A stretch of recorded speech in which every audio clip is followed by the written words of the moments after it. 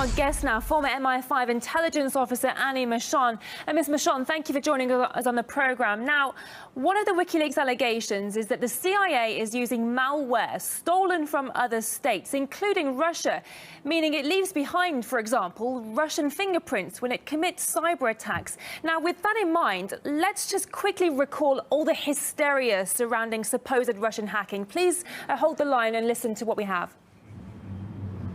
Was meddling in our election by, among other things, hacking into the Democratic Party's servers. Russia undermined Hillary Clinton to help Donald Trump win. U.S. intelligence officials increasingly concerned about what's believed to be a covert Russian hacking operation, potentially trying to manipulate the U.S. presidential election. These hacks have taken place by Russians. The intelligence community says that Russia's behind this in some form. Russian state actors broke into the DNC. Ms. Machon, what conclusions do you draw from all of this? I find it incredibly interesting timing because, bear in mind, it was only a few years ago that Edward Snowden produced a huge amount of evidence about illegal surveillance, illegal hacking that was going on, conducted largely by the NSA, the UK's GCHQ and Germany's BND. And they were spying on everyone in Europe. And that has been drowned out by this sort of very evidence-light so-called Russiagate about how they might have interfered with the American elections.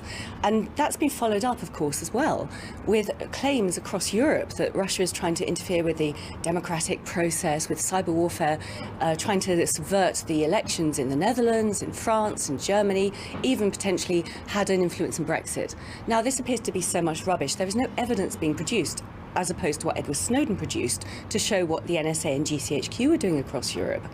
So it's very interesting to watch this now, that there does now finally appear to be evidence that has been leaked to WikiLeaks about the CIA doing this. And I'm particularly concerned about the inclusion of MI5 in this process, because it appears that there might well be a secret state within the so-called deep state that has been attacking Brexit, it's been attacking Donald Trump's election, all the rest of it. And it appears that rather than the NSA and GCHQ, the two official electronic surveillance organisations in the USA and the UK, have been subverted by the CIA with its secret huge budget to try and build up this electronic surveillance infrastructure, and MI5 of all things, which is there to try and protect democratic national security within the UK. So I'm slightly perplexed, but I'm very interested in the timing. Now, according to WikiLeaks, the US consulate in Frankfurt is being used as a remote hacking base. And given the past NSA scandal, how do you think Germany and indeed Europe will react to the revelation? I'm sure that Germany will make all the right noises about outrage and all the rest of it, just as they did when they heard that Angela Merkel's phone had been hacked, and they've been developing nasty programs like XKeyscore, all the stuff that Edward Snowden revealed way back in 2013. However, we have a situation where Germany has just recently produced a new law that gives the BND massively wider spying powers within Germany and across Europe. We've just had a new law in the UK, the Investigatory Powers Act, that gives GCHQ and the other spy agencies massively broadened surveillance powers, up to and including bulk hacking, which is precisely what these leaks to WikiLeaks appear to confirm. And also bear in mind as well that last year there was the biggest botnet attack ever, which took down the internet across Western America, then across Eastern America, and then across some of Western Europe.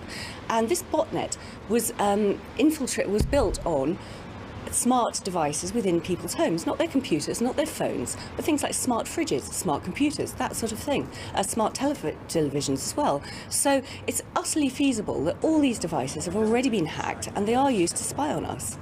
Now, perhaps most concerning of all is that the report suggests the CIA has lost control of its malware, and now it could fall into the hands of anyone. How much of a security threat is that?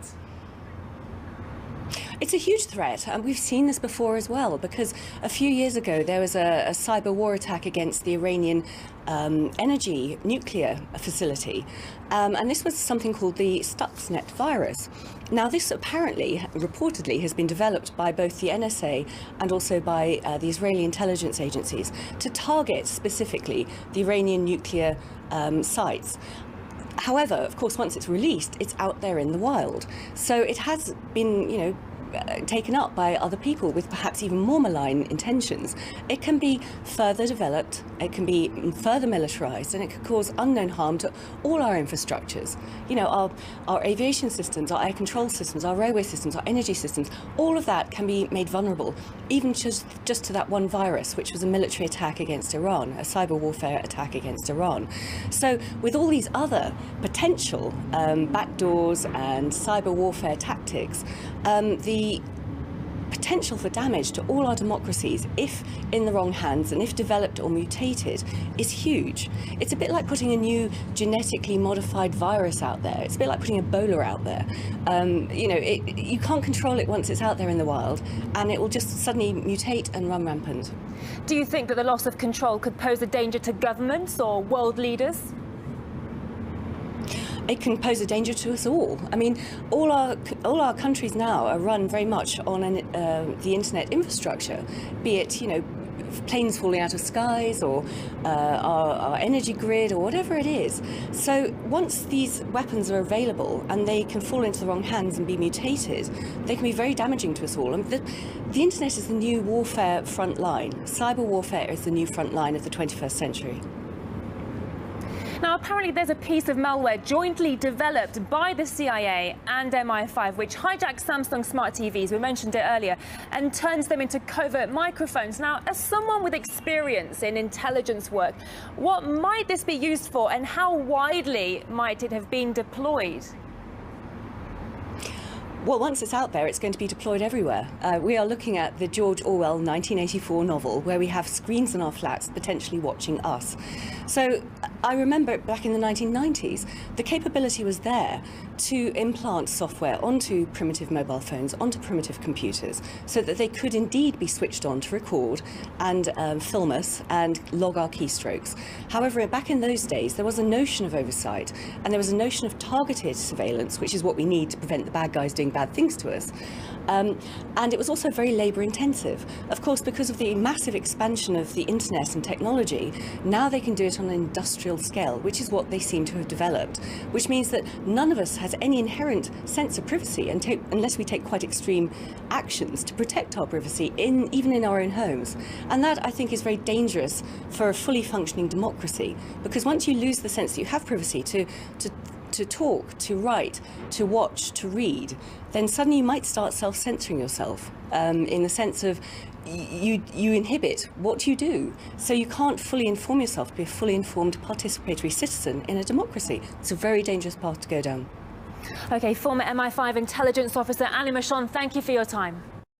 Our guest now, former MI5 intelligence officer Annie Machon. And Ms. Machon, thank you for joining us on the programme. Now, one of the WikiLeaks allegations is that the CIA is using malware stolen from other states, including Russia, meaning it leaves behind, for example, Russian fingerprints when it commits cyber attacks. Now, with that in mind, let's just quickly recall all the hysteria surrounding supposed Russian hacking. Please hold the line and listen to what we have.